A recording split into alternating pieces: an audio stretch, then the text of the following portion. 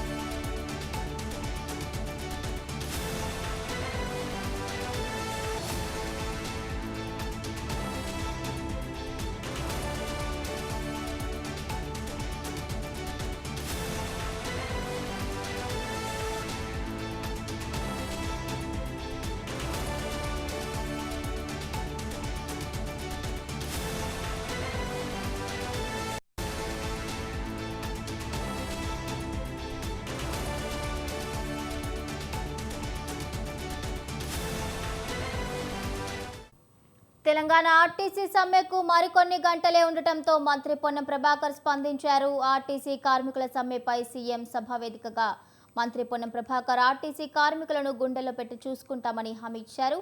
ఆర్థిక శాఖ మంత్రితో కలిసి ఉద్యోగుల డిమాండ్లపై చర్చిస్తామని మాటిచ్చారు. ఇవాళ డిప్యూటీ సీఎం భట్టితో ఆర్టీసీ జేఏసీ సమావేశమయ్యే ఛాన్స్ ఉన్నట్లుగా తెలుస్తోంది.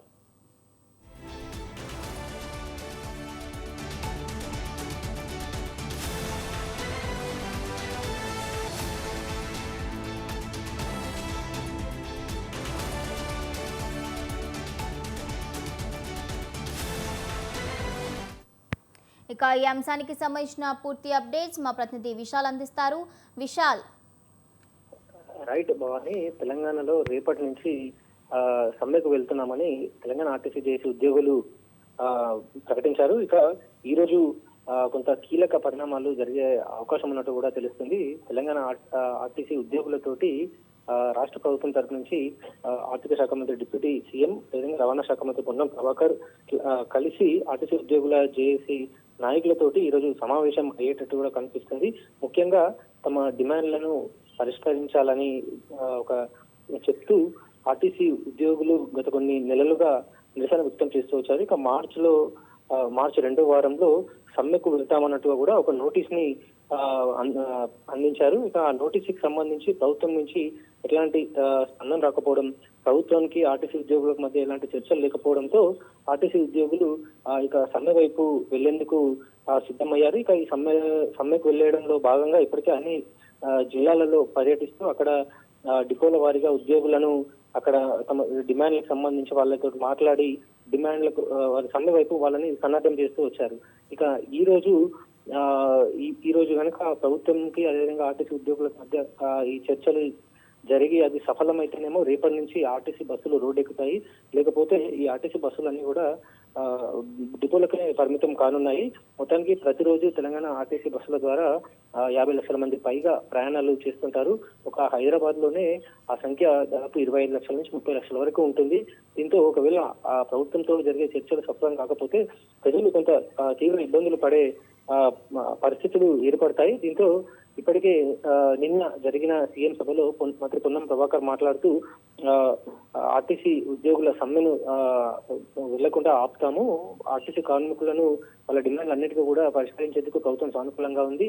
అదేవిధంగా ఆర్థిక శాఖ మంత్రి డిప్యూటీ సీఎం తో కలిసి ఈ రోజు ఒక సమావేశాన్ని ఏర్పాటు దిశగా కూడా వాళ్ళతో చర్చిస్తామన్నట్టుగా కూడా మంత్రి పొన్నం ప్రభాకర్ మాట్లాడారు. అయితే ఈ రోజు జరిగే చర్చలు సఫలమైతాయా విఫలమైతాయా అనే దాని మీదనే ఆర్టీసీ తలపెట్టిన సమ్మె అనేది ఉంటుందా లేదా అనేది తెలుస్తుంది భవాని.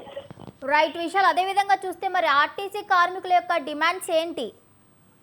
రైట్, ముఖ్యంగా వాళ్ళు ఒక 10 పైగా డిమాండ్లను ప్రభుత్వం ముందుంచారు. అందులో కొన్ని ప్రధాన డిమాండ్లను వాళ్ళు తప్పకుండా పరిష్కరించాలని ప్రభుత్వాన్ని కోరుతున్నారు. ముఖ్యంగా గత ప్రభుత్వం తెలంగాణ ఆర్టీసీ కార్పొరేషన్ ప్రభుత్వంలో విలీనం చేస్తూ నిర్ణయం తీసుకుని దాన్ని చట్టం కూడా చేసింది. అయితే కాంగ్రెస్ ప్రభుత్వం కాంగ్రెస్ పార్టీ అధికారంలోకి వచ్చిన తర్వాత దీన్ని అంటే వాళ్ళ ఎన్నికల మేనిఫెస్టోలో కూడా ఈ విలీనాన్ని చేస్తామని వాళ్ళు ఎన్నికల మేనిఫెస్టోలో పొందుపరిచారు. అయితే కాంగ్రెస్ పార్టీ అధికారంలోకి వచ్చి 2 సంవత్సరాలు దాటినప్పటికీ కూడా ఆ హామీ నెరవేరకపోవడం అనేది ఆర్టీసీ ఉద్యోగులు దాన్ని కొంత ఆవేదన వ్యక్తం చేస్తున్నారు. అదేవిధంగా యూనియన్ల పైన బంద్ విధిస్తూ గత ప్రభుత్వం నిర్ణయం తీసుకుని అదే నిర్ణయం ప్రస్తుతం కొనసాగుతూ వచ్చింది. యూనియన్లను పునరుద్ధరించాలి, ఆర్టీసీని ప్రభుత్వంలో విలీనం చేయాలి, ఎలక్ట్రిక్ బస్సులను ప్రభుత్వమే స్వయంగా కొనాలి. ఎలక్ట్రిక్ బస్సులు ప్రైవేట్ కంపెనీలు కొనడం వల్ల డిపోలన్నీ కూడా ప్రైవేటీకరణ అవుతున్నాయి. అదేవిధంగా 2021 పిఆర్సీ ఇవ్వాలి. ఇంకా పెండింగ్ బకాయిలను కూడా ప్రభుత్వం నుంచి రావాల్సి ఉన్నాయి, అవన్నీ కూడా ఇవ్వాలి. కొత్త నియామకాలను ఆర్టీసీ చేపట్టాలి, ఎందుకంటే సంస్థల ఉద్యోగుల శాతం తగ్గిపోతుంది. వీటన్నిటికీ సంబంధించి ఈ ప్రధాన డిమాండ్లన్నింటి కూడా నెరవేర్చాలని ఆర్టీసీ ఉద్యోగులు ఈ సమ్మెకు పిలుపునిచ్చారు. అయితే ఈ ప్రధాన డిమాండ్లలో కొన్ని డిమాండ్లకు మాత్రం ప్రభుత్వం సానుకూలంగా ఉంది. ప్రభుత్వంలో విలీనం లాంటి అంశాలని కమిటీ వేసి పరిశీలిస్తున్నామన్నట్టు కూడా ప్రభుత్వం చెప్పుకుంటూ వచ్చింది. Okay, thank you Vishal, thank you for the updates.